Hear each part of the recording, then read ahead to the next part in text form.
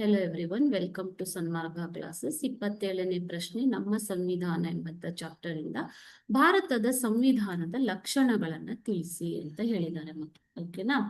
So ಸಂವಿಧಾನದ ಲಕ್ಷಣಗಳು ಲಿಖಿತ ಮತ್ತು ಬೃಹತ್ ಸಂವಿಧಾನವಾಗಿದೆ. ನಮ್ಮ ಸಂವಿಧಾನವು ಲಿಖಿತ ಸಂವಿಧಾನವಾಗಿದ್ದು ಇದು ಬೃಹತ್ ಸಂವಿಧಾನವಾಗಿದೆ ಮಕ್ಕಳು. ಓಕೆ,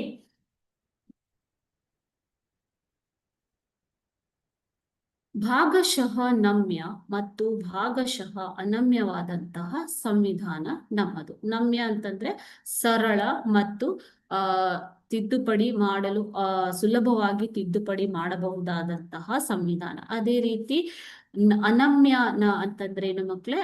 ಕಠಿಣವಾದಂತಹ ಮತ್ತು ತಿದ್ದುಪಡಿ ಮಾಡಲು ಸಾಧ್ಯವಿಲ್ಲದಿರುವಂತಹ ಸಂವಿಧಾನ ಅಂತ ಅರ್ಥ. ನಮ್ಮ ಸಂವಿಧಾನವು ಅತ್ಯಂತ ಸರಳವೂ ಅಲ್ಲ, ಅತ್ಯಂತ ಕಠಿಣವೂ ಅಲ್ಲದಂತಹ ಭಾಗಶಃ ನಮ್ಯ ಮತ್ತು ಭಾಗಶಃ ಅನಮ್ಯ ಸಂವಿಧಾನ.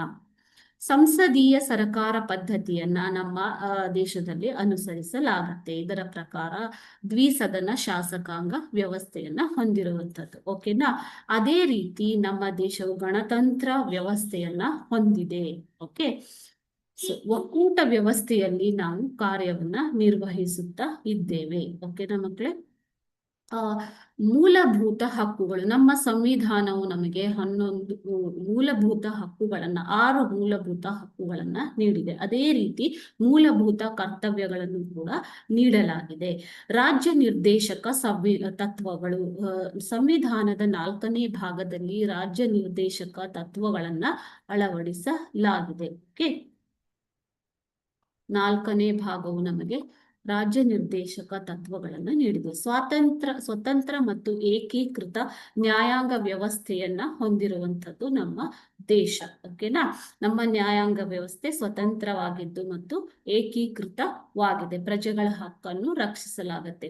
ಏಕಪೌರತ್ವ. ನಮ್ಮ ಸಂವಿಧಾನವು ನಮಗೆ ಏಕಪೌರತ್ವವನ್ನ ನೀಡಿದೆ. ಅಂತಂದ್ರೆ ನಾವೆಲ್ಲ ಭಾರತ ದೇಶದ ಪ್ರಜೆಗಳು. ಭಾರತ ದೇಶದ ಪೌರತ್ವವನ್ನ ನಮಗೆ ನೀಡಲಾಗಿದೆ. ಓಕೆನಾ? ಏಕಪೌರತ್ವ ಪದ್ಧತಿಯನ್ನ ಅಳವಡಿಸಿಕೊಳ್ಳಲಾಗಿದೆ. ಸಾರ್ವತ್ರಿಕ ವಯಸ್ಕ ಮತದಾನ ಪದ್ಧತಿ. 18 ವರ್ಷ ಮೇಲ್ಪಟ್ಟ ಎಲ್ಲ ಭಾರತೀಯ ಪ್ರಜೆಗಳಿಗೂ ಮತದಾನ ಮಾಡುವ ಹಕ್ಕನ್ನ ನೀಡಲಾಗಿದೆ. ನಾವು ಸಾರ್ವತ್ರಿಕ ವಯಸ್ಕ ಮತದಾನ ಪದ್ಧತಿಯ ಮೂಲಕ ಚುನಾವಣೆಯನ್ನ ನಡೆಸುತ್ತೇವೆ. ದ್ವಿಸದನ ಶಾಸಕಾಂಗ ಅಂತಂದ್ರೇನು? ಭಾರತದ ಶಾಸಕಾಂಗವನ್ನ ದ್ವಿಸದನ ಸಂಸತ್ತು ಎಂದು ಕರೆಯಲಾಗುತ್ತೆ. ಮೇಲ್ಮನೆ ಮೇಲ್ಮನೆ ರಾಜ್ಯಸಭೆ ಮತ್ತು ಕೆಳಮನೆ ಲೋಕಸಭೆ, ಈ 2 ಸದನಗಳು. ಓಕೆ, ಇವು ನಮ್ಮ ದೇಶದ ಸಂವಿಧಾನದ ಲಕ್ಷಣಗಳು. Okay, thank you.